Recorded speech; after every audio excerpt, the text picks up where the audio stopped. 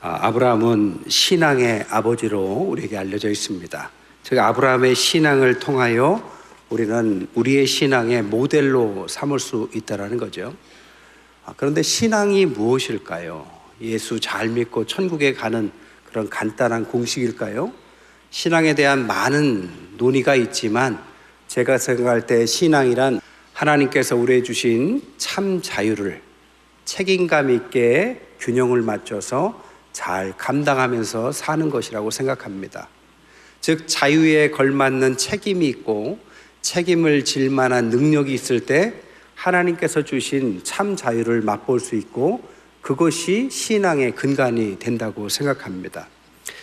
왜 제가 이런 말씀을 드리느냐? 아브라함 이전에 창세기 4가지 이야기를 보면 그들이 얼마나 하나님 주신 자유를 책임감이 없이 사용했는지를 알 수 있기 때문입니다. 첫 번째 창세기 3장에 보면 아담과 하와의 이야기가 나옵니다. 먹지 말라는 금달의 열매를 따먹고 하나님께서 왜 그것을 먹었느냐라고 물었을 때 하나님이 나와 함께 있게 하신 여자, 그 여자가 내게 그것을 주어서 먹게 했다. 여자에게 왜 그것을 먹었느냐 물었더니 뱀이 나를 꿰어서 내가 그것을 먹었다. 자기가 잘못하고 나서도 책임을 전가하는 모습을 보입니다. 그러니까 창세기 3장부터 개인의 책임을 회피하는 모습을 보인다라는 거죠. 창세기 4장에 가면 아담의 두 아들이 나오죠. 가인과 아벨이 그들에게 주어진 개인의 책임인 제사를 둘 다 드립니다.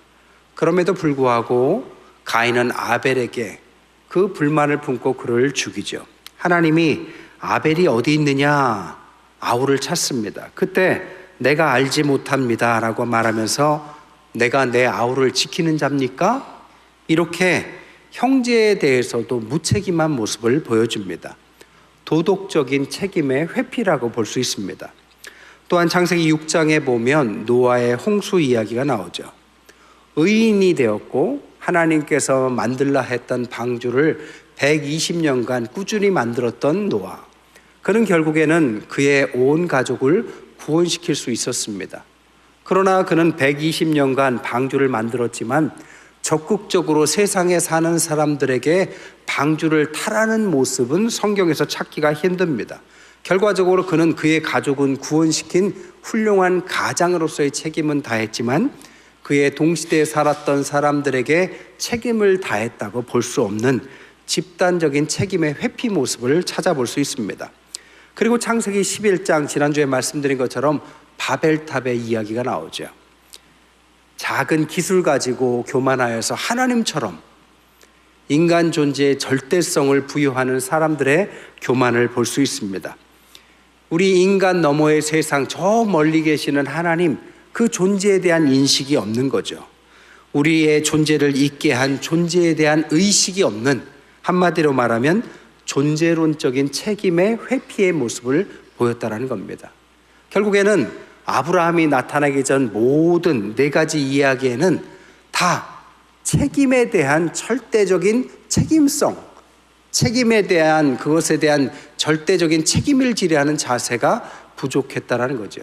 그리고 나서 오늘 본문의 창세기 12장에 우리가 잘 아는 믿음의 조상인 아브라함을 불러내는 내용이 나오죠. 아브라함은 앞에서 얘기했던 사람들과는 완전히 다른 사람이었습니다. 그래서 그는 특별한 신앙의 아버지가 되는 거죠. 그는 아담과 달리 개인의 책임을 수용합니다.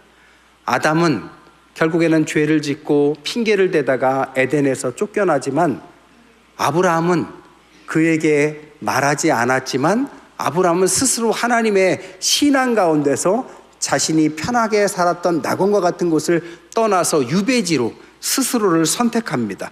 미지의 세계를 하나님 말씀만 들고 나아가는 그런 책임의 수용을 보여주죠. 또한 가인과 달리 그는 도덕적인 책임을 수용하는 모습을 보여요. 내가 형제를 지키는 자입니까? 라고 가인은 말했지만 아브라함은 자신의 조카를 구하기 위해서 전쟁에 뛰어듭니다. 그의 조카는 훌륭한 조카라기보다는 눈으로 볼 때 더 나은 곳을 선택했던 약삭 빠르고 어찌 말하면 훌륭하지 못한 조카이었음에도 불구하고 아브라함은 그를 구하기 위해서 이렇게 목숨을 걸고 나아가죠. 결국 도덕적인 책임을 다하려고 합니다. 또한 노아와 다르게 집단적인 책임도 수용하는 모습을 보여요. 노아는 자신의 가족만 구했지만 아브라함은 그 시대에 자신과 전혀 상관이 없고 죄악에 물든 소돔과 고모라에 있는 사람들조차도 구원하려고 애쓰는 모습을 보입니다. 그래서 하나님 앞에 거기에도 분명히 의인이 있을 겁니다. 50명이면 구원하시겠습니까? 45명, 40명, 30명, 20명, 10명 6번이나 하나님과 거래를 통해서 하나님 앞에 조금이라도 의인이 있으면 거기를 구원하려고 하는 하나님의 마음을 알고 그들을 구원하기 위한 집단적인 책임감을 보여주더라는 겁니다. 또한 마지막으로 바벨탑의 건축가들과 달리 그는 존재론적인 책임도 수용하려고 해요. 하나님의 명령이라면 자신의 생명보다도 더 귀했던 아들조차 바치려고 했던 희생의 모습을 보이려고 하죠. 티끌과 같은 존재라고 인식하고 저 하늘 너머에 계신 하나님 앞에 그의 존재를 인정하는 신앙인의 모습, 존재론적인 책임을 수용합니다. 결국 아브라함은 그 이전 세대와 전혀 다른 모습을 보여주고 그것은 이전에 없었던 새로운 인간의 유형이 되는 거죠. 이 인간의 유형의 근간이 뭐냐? 하나님의 음성을 듣고 믿음을 가지고 나왔던 아브라함, 신앙에서부터 그것이 나왔다는 것입니다. 한마디로 말하면 아브라함은 책임의 신앙이 있었습니다. 하나님의 명령과 인간의 행위라는 이 둘의 조화를 신앙으로 책임을 지려고 하는 모습을 보여줘요. 하고 싶었던, 좋아했던 일을 한 게 아니라 해야만 하는 일들, 그것은 어렵다 할지라도 하려고 하는 책임감을 보여주더라는 겁니다. 이것이 하나님께서 아브라함을 통해서 우리에게 보여주신 신앙, 참 자유를 누릴 줄 아는 신앙의 인간을 말하는 거죠. 미국에서는 큰 사건이 하나 있었습니다. 자녀가 부모를 살해한 사건이에요. 부모를 무참히 살해했습니다. 그리고 나서 그가 재판에 붙여져요. 아니, 부모를 살해했으니까 명백한 이건 유죄고 흉악범이죠. 그런데 그 아들의 변호사가 그 아들의 무죄를 주장했다는 거예요. 그래서 이슈가 됐죠. 그럼 왜 부모를 죽인 자녀가 무죄가 될 수 있느냐? 그가 말했던 근거는 그거였습니다. 이 아들은 게임 중독에 걸려 있었다는 겁니다. 근데 이 게임 중독은 왜 왔느냐? 이 시대에 그 아들에게 걸맞는 직업을 얻을 수 없는 환경을 제공했기 때문에 자기는 게임에 빠질 수밖에 없었다는 겁니다. 또한 부모가 그것을 말리고 잘 계도해야 함에도 불구하고 부모가 그렇게 하지 않았기 때문에 자신은 더 게임에 중독됐고, 그래서 어느 날 현실과 구분을 하지 못해서 자신의 부모가 게임 속의 어떤 캐릭터처럼 생각돼서 그를 죽였다라는 이유를 댔습니다. 한마디로 핑계를 댄 거죠. 여러분, 정말 그렇기 때문에 이 아들은 무죄가 돼야 되는 걸까요? 전혀 설득력이 없는 이야기지만 사실 오늘날 살아가다 보면 이런 종류의 여러 핑계들, 자신의 문제를 받아들이지 않고 자신이 책임지려 하지 않는 말도 안 되는 책임의 문제들이 오늘날 현대사회 우리와 함께하고 있습니다. 여러분, 이렇게 만든 것은 누굴까요? 바로 무신론자들입니다. 여러분, 무신론은 하나님을 믿지 않는 사람도 무신론이지만 또 다른 의미로 무신론을 종교화하는 사람들도 무신론자들입니다. 대표적인 3명의 철학자가 있어요. 한 명은 스피노자입니다. 스피노자는 그의 철학에서 말하길 인간이 타고난 본능과 생물학적 충동에 의해서 만들어진 유전적 결정론을 갖고 있다. 쉽게 말해서 인간은 스스로 자유롭게 있는 게 아니라 무언가 유전적으로 결정돼 있다라는 뜻입니다. 마르크스는 인간이 사회적 힘의 산물이고 지배계급의 이해관계에 의해서 형성되기 때문에 계급투쟁, 이 계급에 의해서 사람의 행동이나 사회적인 산물로서의 그의 선택이 결정된다. 프로이드는 인간은 어린 시절에 트라우마, 특별히 부모와의 관계 때문에 그의 어린 시절의 경험이 오늘날 그가 생각하고 결정하게 만드는 근본이 된다. 이것을 주장했습니다. 이 세 명의 사람들의 공통점이 뭐냐? 하나님을 인정하지 않는다라는 것. 또 하나, 우리가 자유로운 존재로 태어나지 않았다라는 것. 우리는 자유롭게 살아가는 것이 아니라 우리의 DNA 속에, 우리의 사회 속에, 우리의 부모와의 어떤 후천적인 관계에서 우리는 어쩔 수 없는 존재다라는 숙명론적인 모습을 보여준다라는 거죠. 근데 하나님은 오늘 신앙의 아버지 아브라함을 불러낼 때 그냥 불러낸 것이 아니라 창세기 12장에 오늘 특별하게 불러냅니다. 첫 번째, 본토 친척 아비집을 떠나라는 거예요. 아까 스피노자가 뭐라고 했습니까? 우리는 유전적인 결정론, DNA에 의해서 결정된다. 근데 아브라함을 부를 때 본토 친척, 네가 속해 있는 가정과 가계와 DNA 속에서 떠나라라고 말을 합니다. 또한 마르크스가 말한 것처럼 지배계급이 갖고 있었던 가장 중요한 근거가 뭘까요? 가장 중요한 자본이었던 땅.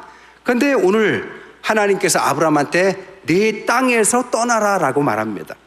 그리고 어린 시절 아버지로부터의 영향을 받는다라고 프로이드는 주장했지만 하나님께서는 아브라함에게 아비집을 떠나라라고 말씀하셨습니다.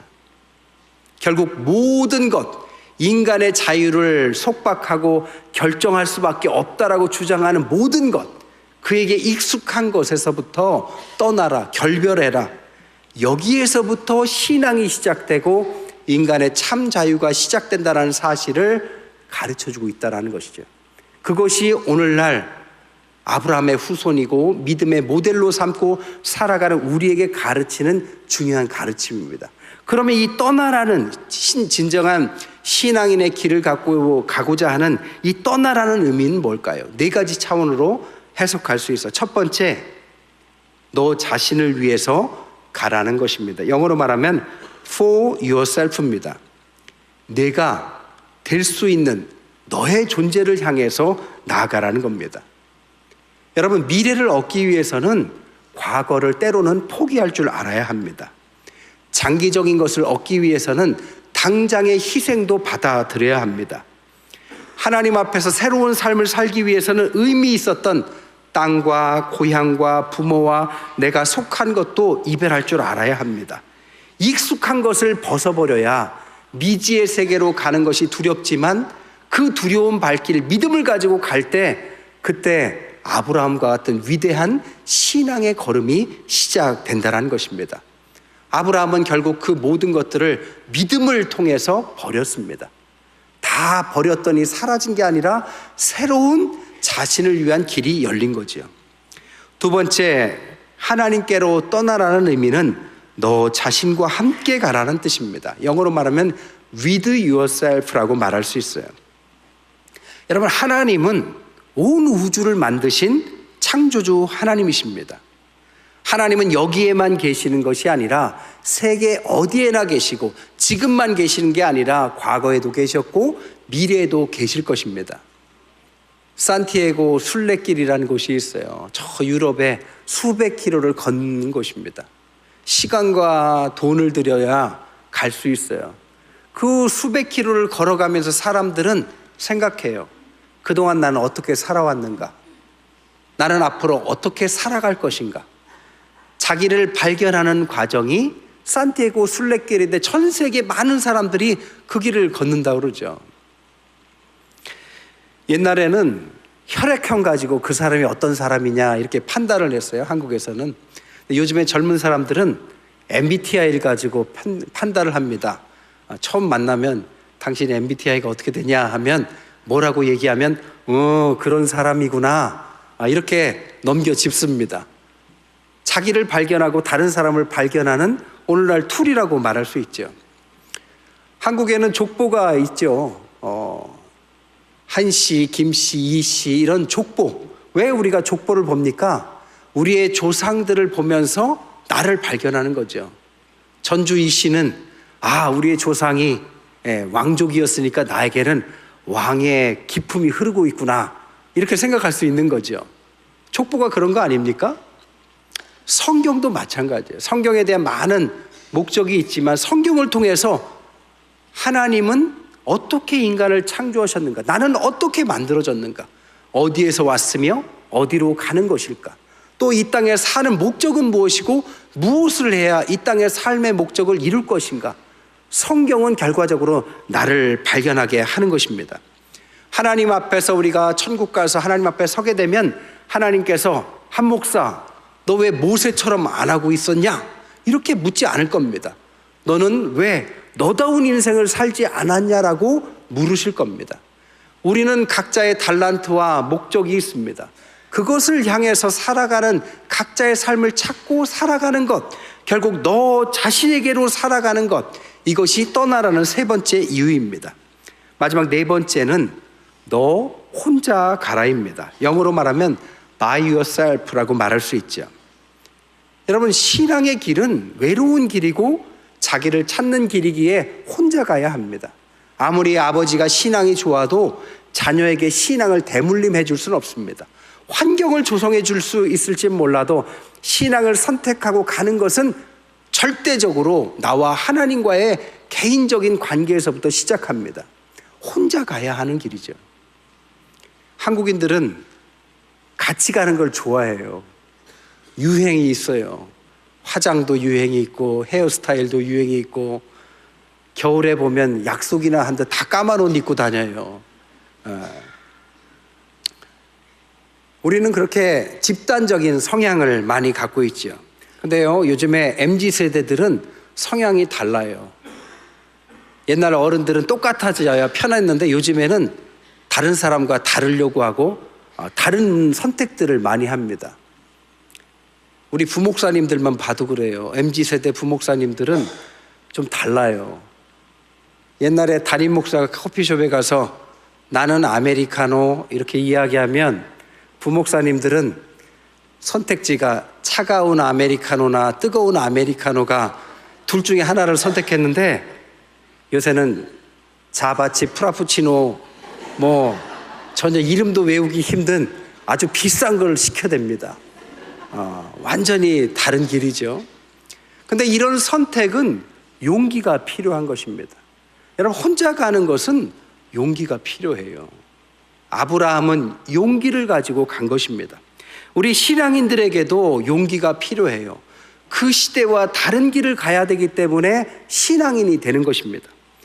유일신을 믿는 우리들은 다실론 시대의 유일신을 선택했기 때문에 유일신의 신앙을 지킬 수 있었습니다.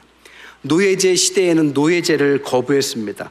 권력을 숭배하는 시대에는 힘이 없고 과부와 고아와 나그네들을 돌보려는 가치를 추구했습니다. 전쟁 시대에는 평화를 쫓았고 개인주의 시대에 자신의 소유가 얼마나 크냐를 가지고 우열을 가리는 시대에 우리는 얼마나 나누냐를 가지고 우리의 가치를 선택하는 사람들이 우리 신앙인이라고 말할 수 있습니다. 카인드니스라는 브래드 에런슨이 쓴 책이 있습니다. 거기에 보면 윌슨 구두라는 사람이 나와요. 그는 흑인입니다. 14살의 아버지가 범죄를 저질러서 교도소로 갔어요. 그 당시에는 흑백 갈등이 심했고 차별을 많이 받던 과거의 시대였다고 그래요. 14살의 아버지가 없이 어머니하고 흑인 모자가 살아가는 거예요. 얼마나 힘들었을까요? 그래서 집을 떠나서 필라델피아로 이사를 갑니다. 모자가 필라델피아로 갔는데 전혀 아무런 근거도 아는 사람도 없어요. 근데 거기에 이사 가자마자 길에서 어떤 아주 양복 잘 차려입은 신사가 성경을 끼고 어디를 가는 거예요. 근데 어머니가 왠지 따라가야 되겠다는 마음이 들더래요. 그래서 아들 손을 잡고 같이 따라갑니다. 그곳은 교회였겠죠. 교회에 갔더니 그 시대가 차별이 심했던 시대임에도 불구하고 이 흑인 모자를 따뜻하게 맞아줍니다. 목사님과 성도들이 그를 따뜻하게 맞아줘요. 14살밖에 안 돼서 고등학교도 중학교 졸업하고 고등학교도 진학해야 되는데 학교에서는 선생님이 아유 흑인이 배우면 뭐하냐, 공장에 가라, 이렇게 얘기하는 겁니다. 그러나 교회에 갔더니 목사님과 성도들이 아니다, 그럴 때일수록 더 배워야 한다 하면서 그들을 격려해 주고 학비도 보조해 줬습니다. 고등학교를 졸업하고 대학도 사회에 나가서도 그렇게 도움을 받았어요. 결국 그는 훌륭한 인물이 됩니다. 필라델피아 최초의 흑인 시장까지 오르고 2번이나 하는 영광의 자리까지 가요.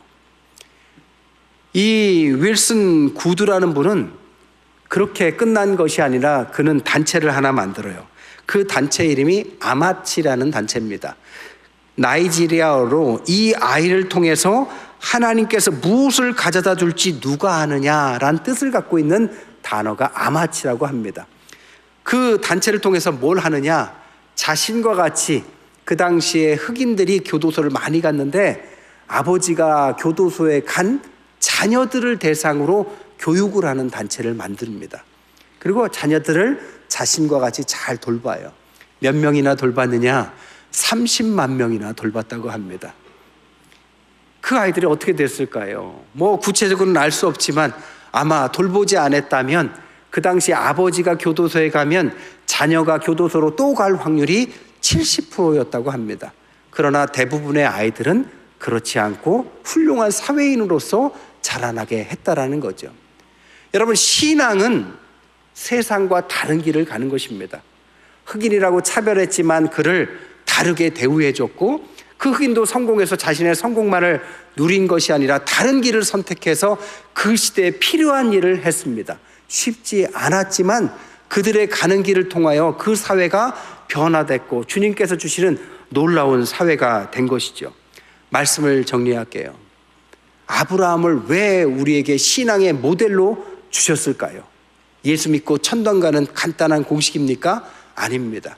그를 통해서 그 시대와 다르게 자신의 길을 찾아서 하나님 앞에서 하나님과 함께 믿음을 가지고 그 시대가 유전적으로나 사회적으로나 부모의 후천적인 탓으로나 나는 이럴 수밖에 없어, 죄를 지을 수밖에 없어 합리화시키고 그런 죄악 속에서 다 같이 때를 묻히면서 살아가자라고 권유하는 그 시대라 할지라도 신앙인들은 그 길이 아니요 하나님께서 이끄시는 그 길을 믿음을 가지고 외롭더라도 하나님 따라서 다 내려놓고 본토 친척 아비집 땅을 버리고 하나님께서 이끄시는 그 목소리 하나 믿고 나아갈 때 아브라함이 믿음의 아버지가 되게 하셨고 우리도 그 믿음의 후손으로서 이 시대를 살리는 그런 성도들이 되라고 신앙의 새로운 유형의 인간을 하나님께서 선택하셨다라는 것입니다. 세상에 많은 핑계를 대고 내 책임이 아니다라고 말할 수도 있지만 이 시대를 나의 책임이다라고 생각하고 믿음을 가지고 살아가는 것이 오늘 성경에서 말하는 믿음의 조상이고 새로운 인간, 신앙인 아브라함이고 그 아브라함의 후손은 당연히 아브라함과 같은 길을 걸어야 된다고 믿습니다. 그럴 때 이 시대가 조금이나마 우리를 통해서 더 나은 하나님께서 기뻐하시는 멋지고 밝은 세상이 될 줄 믿습니다. 그런 세상을 만들어 가시는 저와 여러분, 특별히 우리들의 자녀들 되시기를 주님의 이름으로 간절히 축원드립니다.